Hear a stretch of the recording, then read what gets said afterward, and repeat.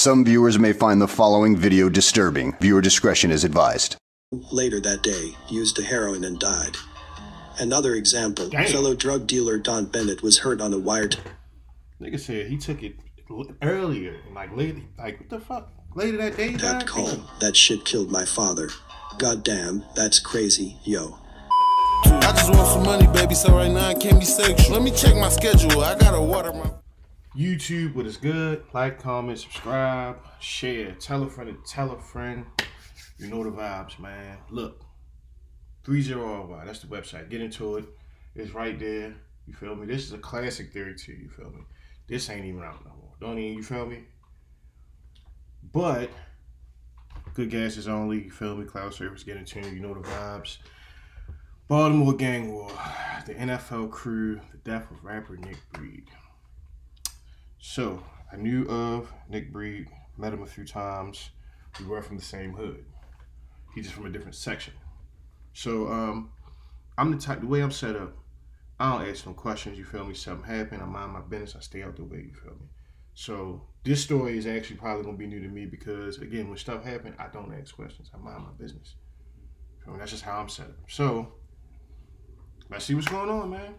Okay, we back in Baltimore with another story. We are not going to waste any time, let's get into it. After killing a federal witness, members of Edmondson Village's NFL gang believe Dominic Gant, a rapper known as Nick Breed, was planning to avenge the murder. To solve the issue, they placed a bounty on him. When Gant was gunned down October 21st, 2018, another member of the organization said in a wiretapped phone call, "The deed was done. We got the rapper out of there."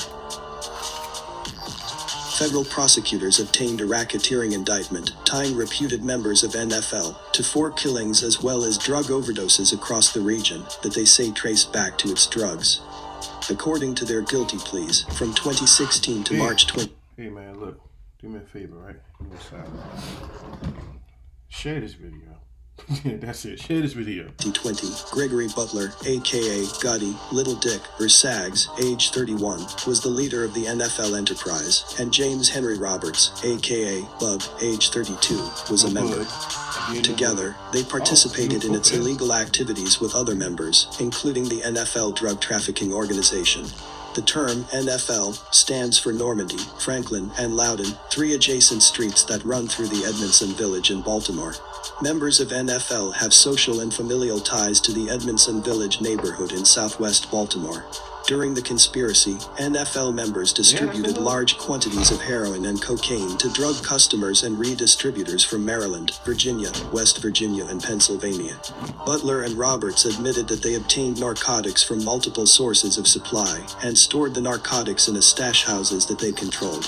Over the course of the charged conspiracy, Butler and Roberts and their co-conspirators distributed over 1 kilogram of heroin. So you know what's crazy? Yeah, it's no bullshit, right? All this shit be going on in your hood when you mind your business. You really don't be knowing. Like, these be people you see all the time. You know what's up, and you feel me, in motion while you moving. You know what I'm saying? Like, you don't even know on the panty no And more than 280 grams of cocaine base. Butler also admitted that he and his co-conspirators also distributed more than 400 grams of fentanyl. Butler admitted that the NFL enterprise sold heroin and fentanyl to multiple drug customers who subsequently overdosed and died. Butler agreed that these fatal overdoses were reasonably foreseeable to him, in light of his direct oversight of the enterprise's drug trafficking activities. For example, on about August 16, 2018, Butler coordinated the sale of heroin to a customer in Rockville, Maryland, who, later that day, used the heroin and died. Another example, fellow drug dealer Don Bennett was hurt on a wire. Nigga said he took it earlier, like later, like what the fuck? Later that day, That call, that shit killed my father. Goddamn, that's crazy, yo. Responded Gregory Butler. Bobby Cannon was another member of the gang. According to his guilty plea, from at least 2016 through March 26, 2020, Bobby Cannon was a member of the NFL criminal enterprise, which engaged in a pattern of criminal racketeering activity including murder, narcotics trafficking and smuggling. Yo, niggas used to get off the bus right there. Like, no bullshit. Like, niggas used to get off the bus, you feel me? Right there, and that, like, Wild Park, like, right there, like, Legal firearms possession, bribery, witness intimidation, and witness retaliation. Cannon admitted that he participated in illegal activities with other NFL Enterprise members, including committing 2 murders. When I was in middle school, niggas used to catch the bus like right there. You hear me? Like, yeah. And an attempted like, murder, really and distributing large quantities of heroin, fentanyl, and cocaine. One of the murders came to be a major driver of the long-running investigation.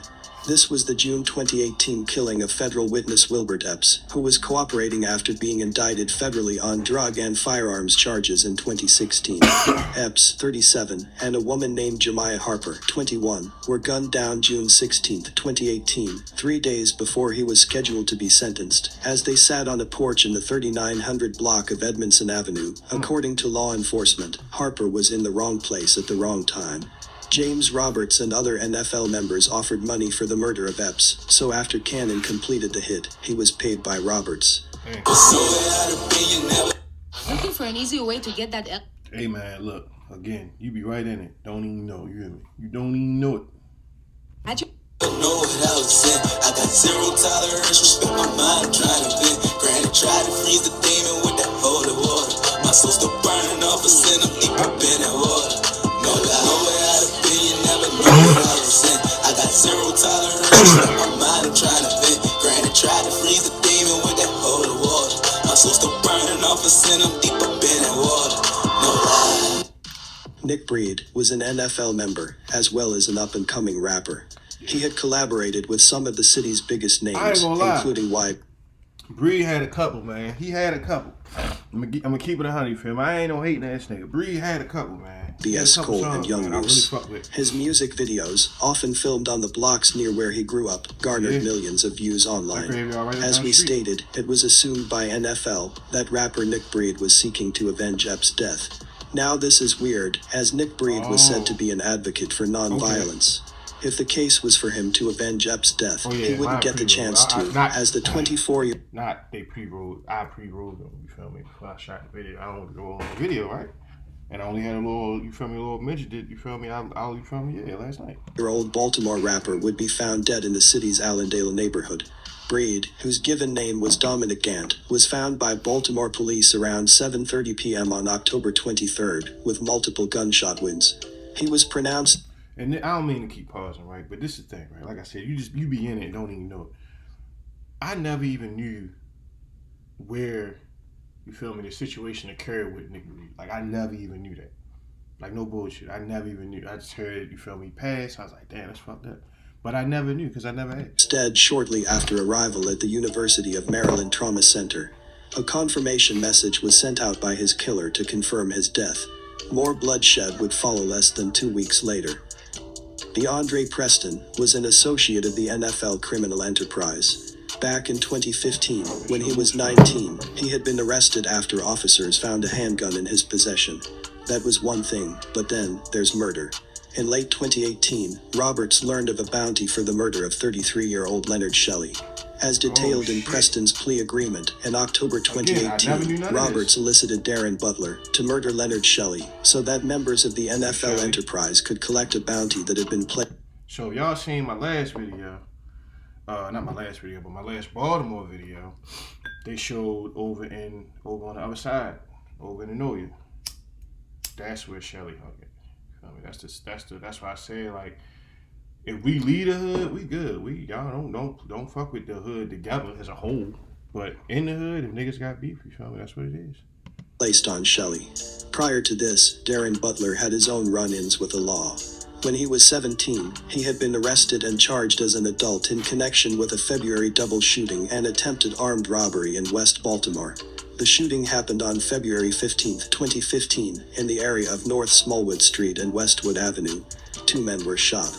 According to investigators, more than one suspect was determined to be responsible, and arrest warrants were obtained. Darren Butler was taken into custody exactly 2 months later, at Hickey School for Boys by detectives. However that case turned out, he was out of jail in 2018.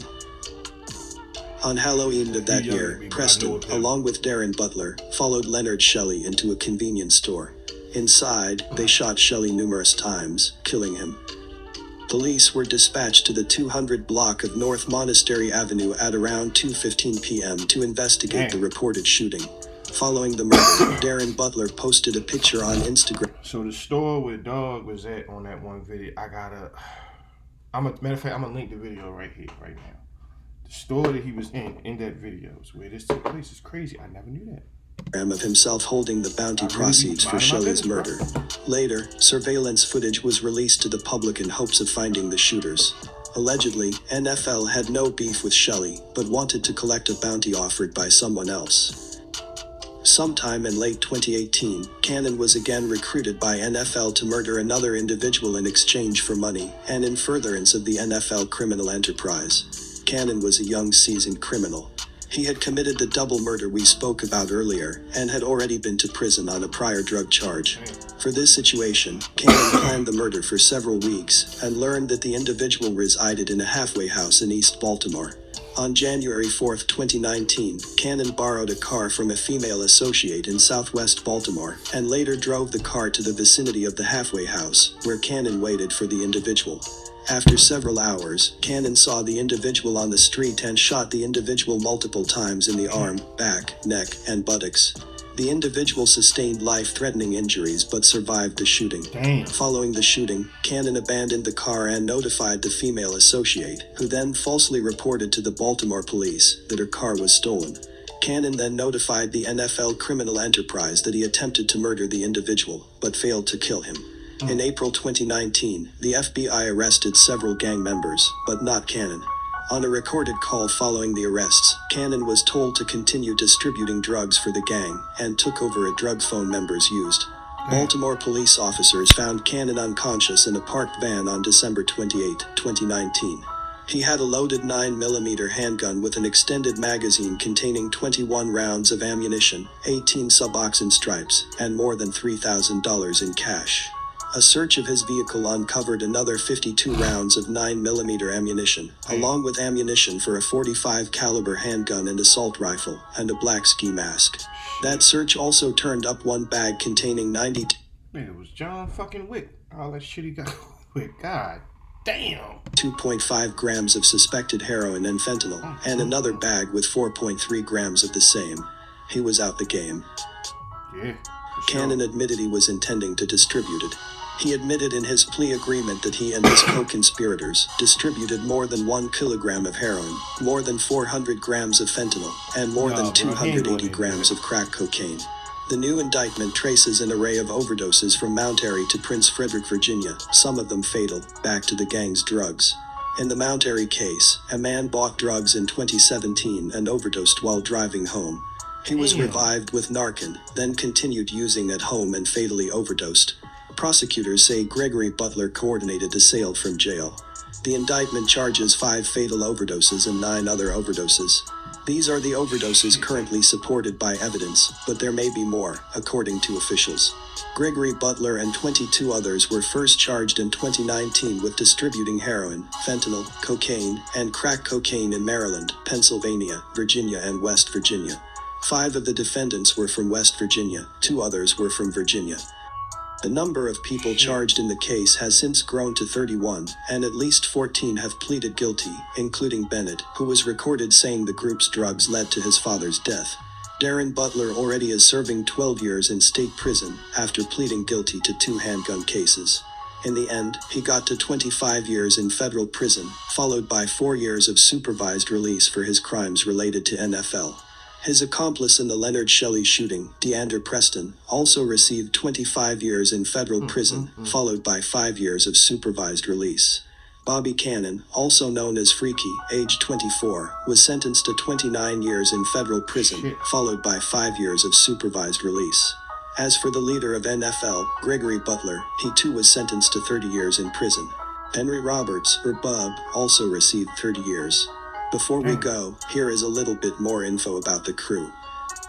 This gang had nothing to do with football. NFL actually stands for Normandy, Franklin, and Loudoun, streets passing through Edmondson Village, where the gang spread terror and murder. That building right there, right behind it, right behind the basketball court. My great grandmother used to live there. That's a old folks' home. It's crazy. You feel me? Might as well like a retirement type situation, kind of, sort of. I don't know. But anyway, like that's crazy. Like you see everything that's going on again right there. And to the, you feel me? If you look to if they turn the camera, you feel me? They're actually on the playground of a school. That's Mary E. Robin.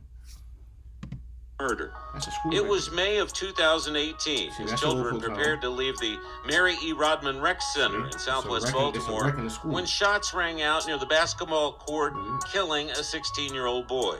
It is a war zone, Damn. especially when you got guns in all people's hands.